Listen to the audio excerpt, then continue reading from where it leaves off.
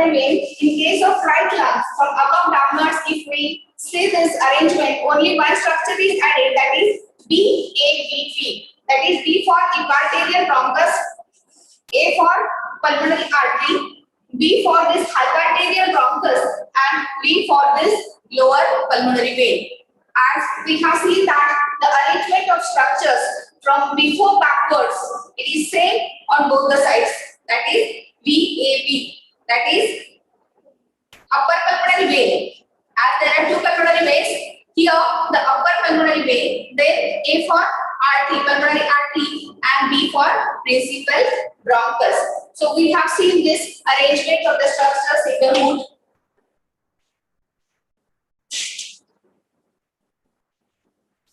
Now we see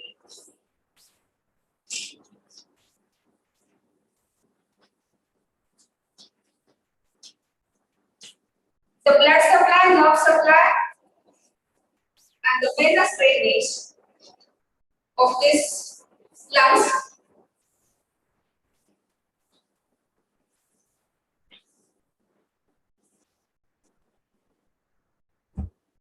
Now, as the blood supply is concerned, lung tissue, they get nutrition by the bronchial arteries. Now here, in case of right lung and in case of left lung, these are very small artery which is variable. They are variable in size, variable in number also, but most commonly there is one bronchial artery on the right side and two bronchial arteries on the left side. So this artery on right side, which arises from right third posterior intercostal artery. So right third posterior intercostal artery. Now, in case of left lung, there are two bronchial arteries which arises from the descending thoracic aorta.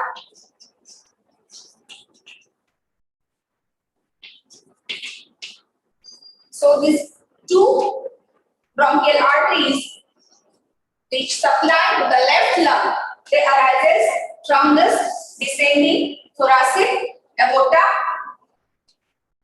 Now, venous drainage, if we see this lung tissue, they are drained by the bronchial veins.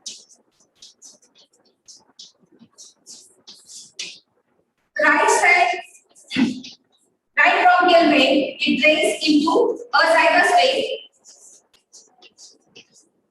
and left bronchial veins, they drain into hemiazygous vein. So most commonly there are two bronchial veins on both the sides. On right side, these bronchial veins, they drain into azygous vein, and on the left side, these bronchial veins, they drain into hemiazygous vein. Now we see the nerve supply.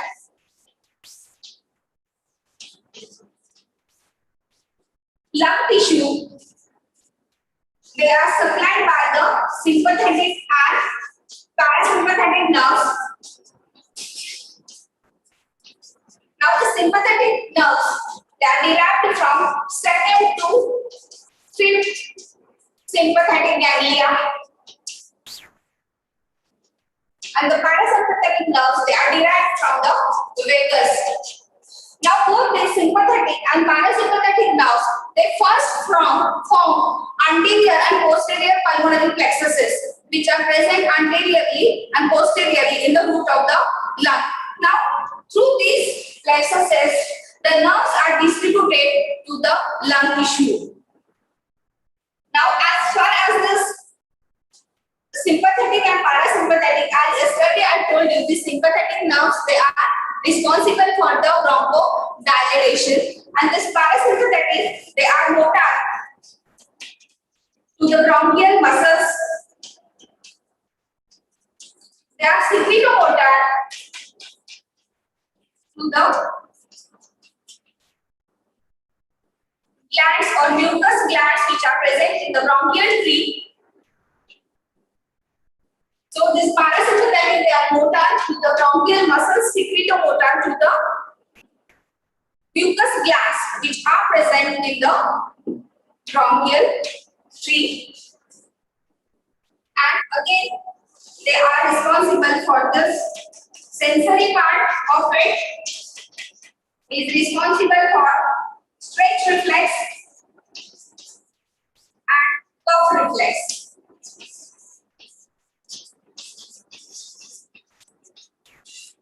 So this parasympathetic stimulation is responsible also for this stretch and cough reflex.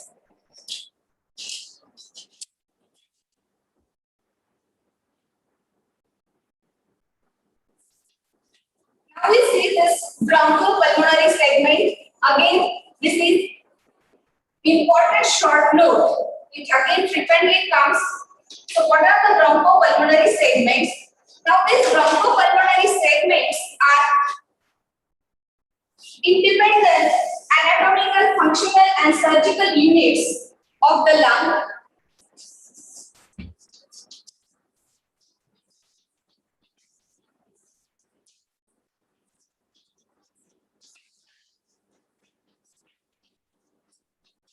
So what is the definition of these bronchopulmonary segments? These are the independent anatomical, functional and surgical sectors of the lung which are aerated by the tertiary bronchi. Now there are 10 bronchopulmonary segments present in either lung, both the lungs. So 10 segments are present in each lung.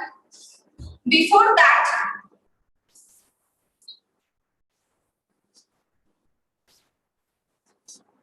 as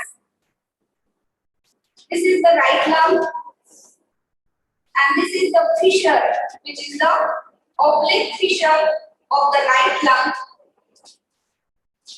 Again, it is divided by this horizontal fissure into 3 lobes. So this is the upper lobe, this is the middle lobe and this is the lower lobe. Now,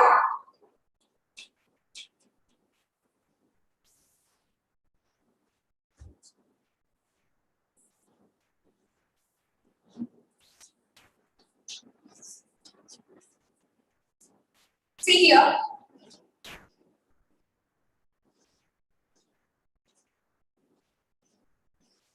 First we see the bronchopulmonary segments which are present in this upper lobe.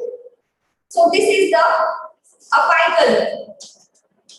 This is anterior and this is posterior bronchopulmonary segment. Apical, anterior, posterior. Now in the middle lobe, here it is medial and here it is lateral segment. So there, in case of middle lobe, there are 2 segments, medial and lateral. In case of lower lobe, there are 5 segments, but here you can see only 4. So all these are basal. That is, this is the apical basal. This is anterior basal. This is posterior basal and this is lateral basal. Apical basal, anterior basal, posterior basal and lateral basal. One hidden is the medial basal. So here you can count this. So there are 9 segments. One is hidden, that is the medial basal. If we see the segments on left lung, as you know that the left lung is divided into upper and middle lobe by only presence of this oblique fissure.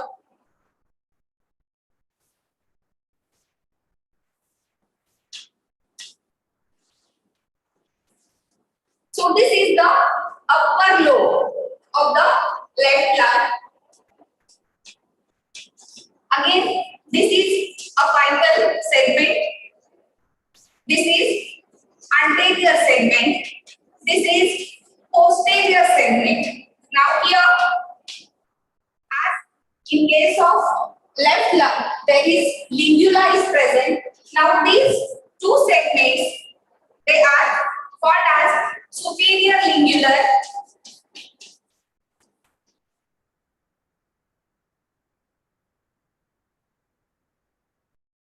segment. In case of these are only medial and lateral. In case of left one, these two segments, they are termed as superior and inferior lingular. Again, the bronchopulmonary segments which are present in the lower lobe, they are similar to that of the right lung. That means here it is anterior basal, it is posterior basal, it is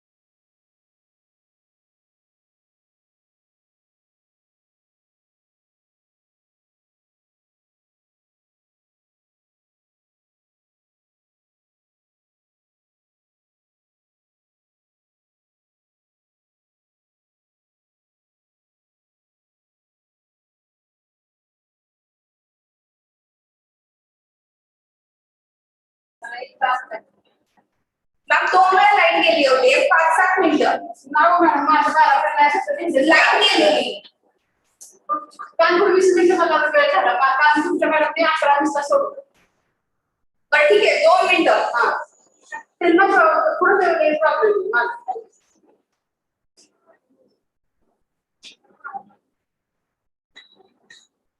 So these are the 10 segments. You can write down its peculiar features. We see in short this bronchial tree.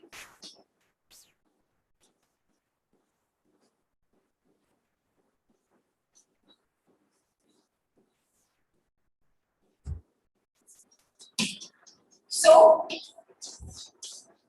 this is the trachea which divide into two principal bronchi. That is right principal bronchus and left principal bronchus. The right bronchus, it is 2.5 centimeters long. It is short, wide, and more in line with this trachea. Now this left principal bronchus, it is 5 centimeters long. It is narrow, long, and more oblique as compared to this right one. So the inhaled particles or foreign bodies, they tend to accumulate more in case of right lung. So infections are more common on the right side. Now the principal bronchus, they will divide into, we'll see in short the flow chart of it. They will divide into lobar or secondary bronchi. So in case of right lung, there will be 3 lobar, and in case of left, there will be 2 lobar. Then this secondary bronchioles, they divide into tertiary or segmental. So there are 10 bronchi on each side. And this tertiary segments, they will re-divide to form the terminal bronchioles, and this terminal bronchioles they divide repeatedly to form the respiratory bronchioles. Now this respiratory bronchioles they form a microscopic passage which consists of alveolar duct, then atria, then air saccule, and lastly the pulmonary alveolar. Now at this pulmonary alveolar, the gaseous exchange will take place. So this is the bronchial tree. As far as this applied anatomy is concerned, you can write down here as the bronchial asthma is the most common disease. Then bronchogenic carcinoma is most common disease present in the male. It accounts for 30% of the cases due to cigarette smoking and all the things, urban living. Again, what is common in this lungs? Asthma, carcinoma, tuberculosis is also common in case of this lungs. Now what is carina? This carina, it is a hook-like process which is present at the lower margin of lowest tracheal ring, which helps the trachea to divide into two principal bronchi. So carina is a very sensitive part of the trachea. So we stop here reading details about the applied anatomy. Due to shortage of time, we can't discuss it.